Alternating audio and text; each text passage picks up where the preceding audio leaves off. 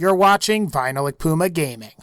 Lately, I've been discussing a lot of things or areas where I think Fallout 4 missed its mark. Most notably, the lack of choices you get in certain situations, the dialogue system, and just a general lack of a lot of the RPG elements that much of the fanbase for Fallout had come to expect from the franchise.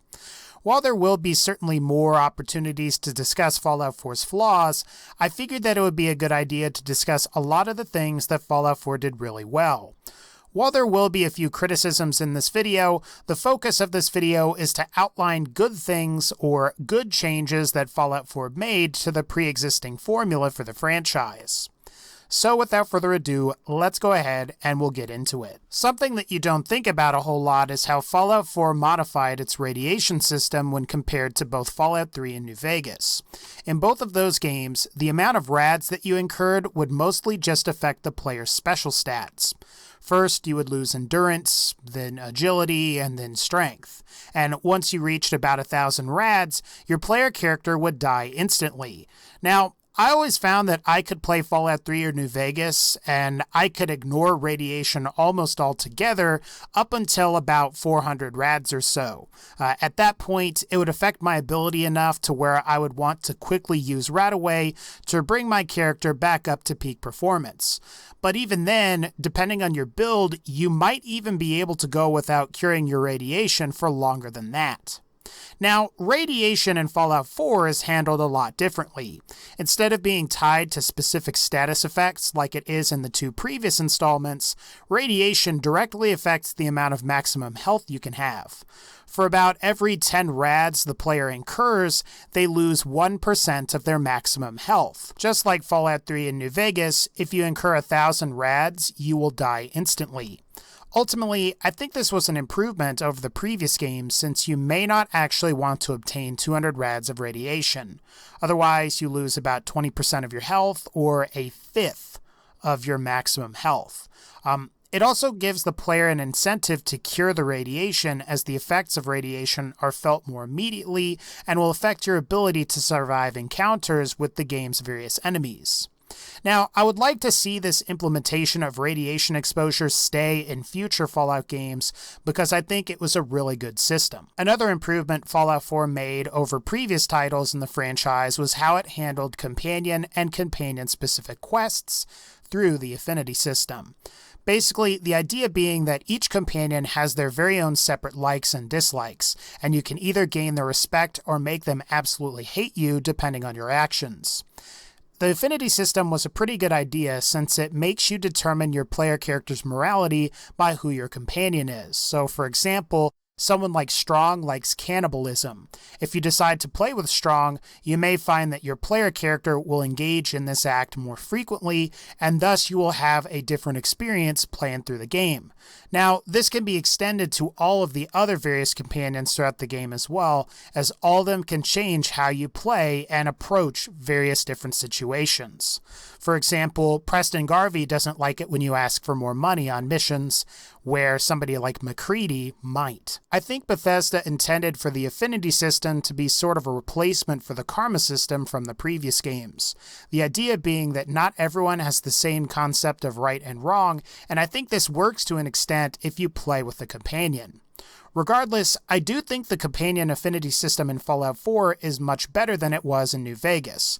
What I found frustrating about New Vegas was that it was sometimes unclear as to how much progress you had made with the specific companion, because it seemed like there were times where you could play for like 8 hours straight and you wouldn't get any further along than you were previously. And what's great about Fallout 4 is it displayed a message to whether your companion liked or disliked what you did, and after a certain amount of time, your companions would talk to you, and it would be a way to gauge your progress with them and your overall affinity with that particular companion. While Fallout 4 doesn't contain quite as many different weapons as Fallout New Vegas did, the weapon and armor customization that's available to you in Fallout 4 is far more impressive than it was in New Vegas. There's simply more customizations available for each individual weapon and armor piece.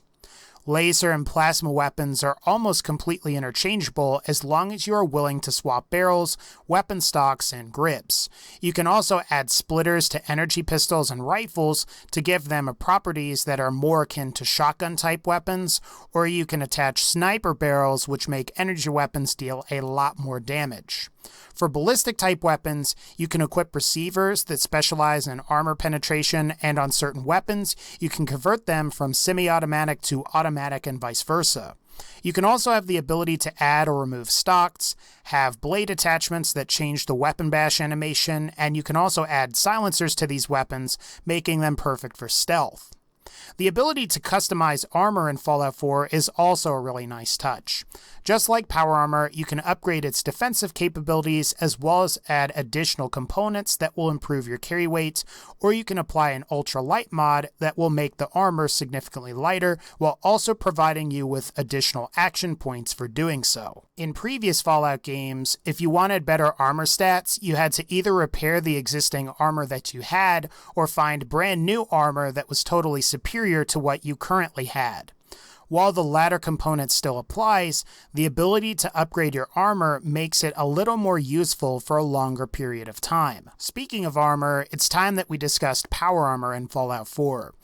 While the new power armor system in Fallout 4 probably did break a lot of the pre-established power armor lore for the franchise, the way power armor works in this game is a lot cooler than the way it worked in previous entries.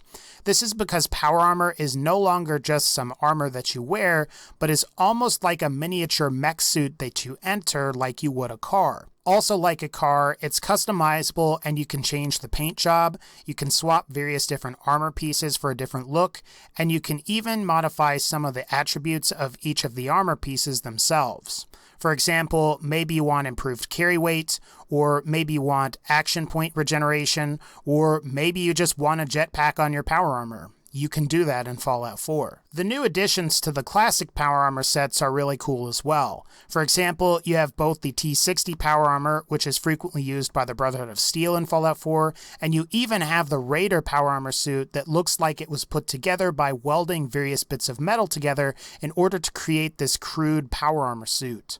I also like the newly added fusion cores that are a part of Fallout 4 now too, and while they are relatively uncommon throughout the game world, you can invest in skills that make them last much longer. Plus, once you are able to purchase them from vendors later on in the game, it's actually cheaper to purchase fusion cores as ammo than it is to purchase ammo for pretty much all of the other weapons in the game. Another great thing about Fallout 4 is the better combat system.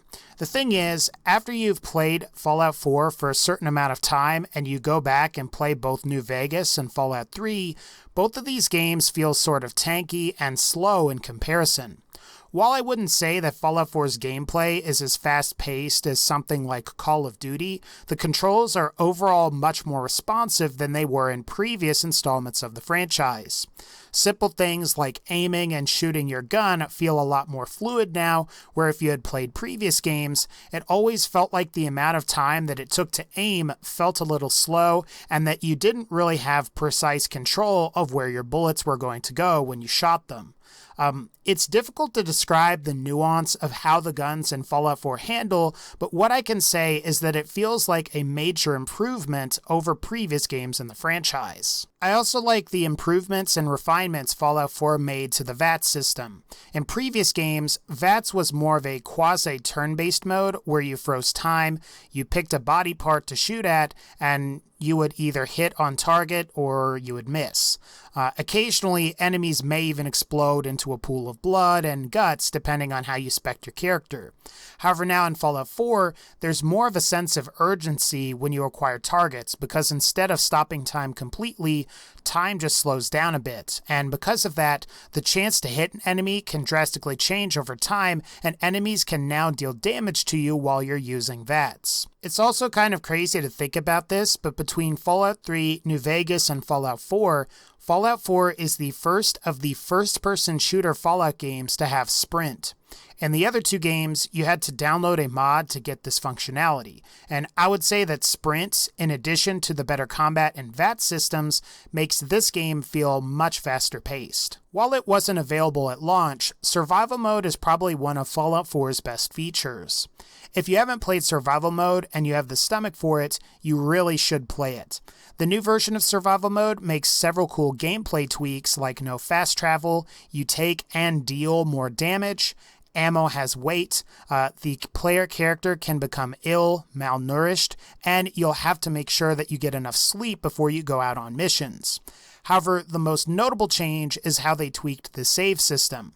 Quick saving and saving anywhere in the game world is no longer allowed, so in order to save, you will have to sleep in a bed. What I think is so great about all this is how well it manages to complement one another. Instead of just going out on a mission with a bunch of random weapons, you have to really think and strategize what weapons you're going to take, and whether you have enough food, water, or if you've slept recently. After all, it would be a shame to play for a couple hours only to get killed because you didn't bring the right equipment. It's amazing how intense combat gets with the new survival mode as well. It's no longer a walk in the park like normal mode where you can just tank kill enemies and pop stim packs every time your health gets low. You have to be aware of what kind of cover you have, and you also need to be careful not to get hit, even if you're wearing power armor. And I think what's also so amazing about the new survival mode was that it was a free update for the game, yet it changes so much about the game in a positive way. Overall, I think that the new survival mode makes Fallout 4 that much more fun to play. One of the major advantages that Fallout 4 has over many other multi-platform console games on the market is that it is introducing Fallout 4 modding to the console audience. In a certain way, I would consider this to be Fallout 4's greatest achievement. It's just the shame that you have mod install size limits, and Sony didn't feel comfortable having new assets added to the game, where Microsoft was a little more lenient with that. Now, while Fallout 4 isn't necessarily the very first game to ever allow modding on the console versions, it is the highest profile title to do so within the last 5 years or so. If you're curious, Unreal Tournament 3 supposedly did it first back in 2007 on the PlayStation 3 to a small level of success. But I digress. The ability to experience other people's creations, even if it's in a limited capacity, is something that I'm sure many console owners that didn't want to build a PC definitely wanted. After all, being able to mod your game is one of the biggest advantages of owning the PC version of a game, and to have the capability of that on console is really cool. And who knows? DLC took off really well on consoles. Who's to say that console modding ends up taking off with Fallout 4 and other games start to get mods on their console versions?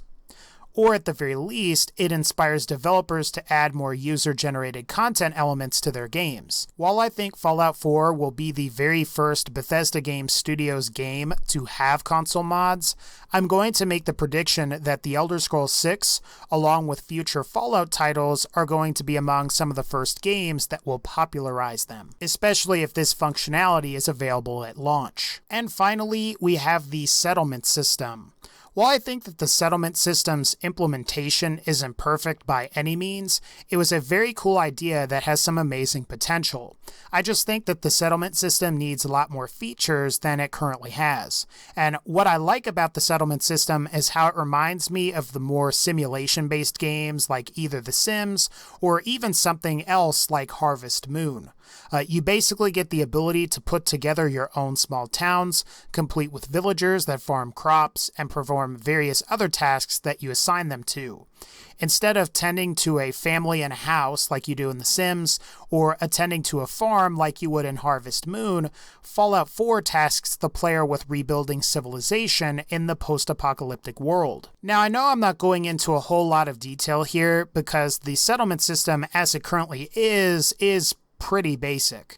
The goal is to try to get more people to come to your settlements so that you can produce more food, water, and other basic necessities. From there, you can defend your settlements from raider attacks, and you can also perform various tasks for the citizens that involve helping with super mutants, dealing with raiders, dealing with mirelurks, or various other threats throughout the Commonwealth. I've got a feeling if this were expanded upon significantly for the next Fallout game, I think you would see a lot more positive reception of the settlement system for future Fallout games going forward. Alright guys, I think that's going to pretty much wrap up this particular video. If you like this video, please leave a like and let me know what is something that you thought that Fallout 4 did really well that I missed on this particular video. Let me know in the comments. Otherwise guys, like this video if you liked it, and as always, take care, and I'll see y'all next time.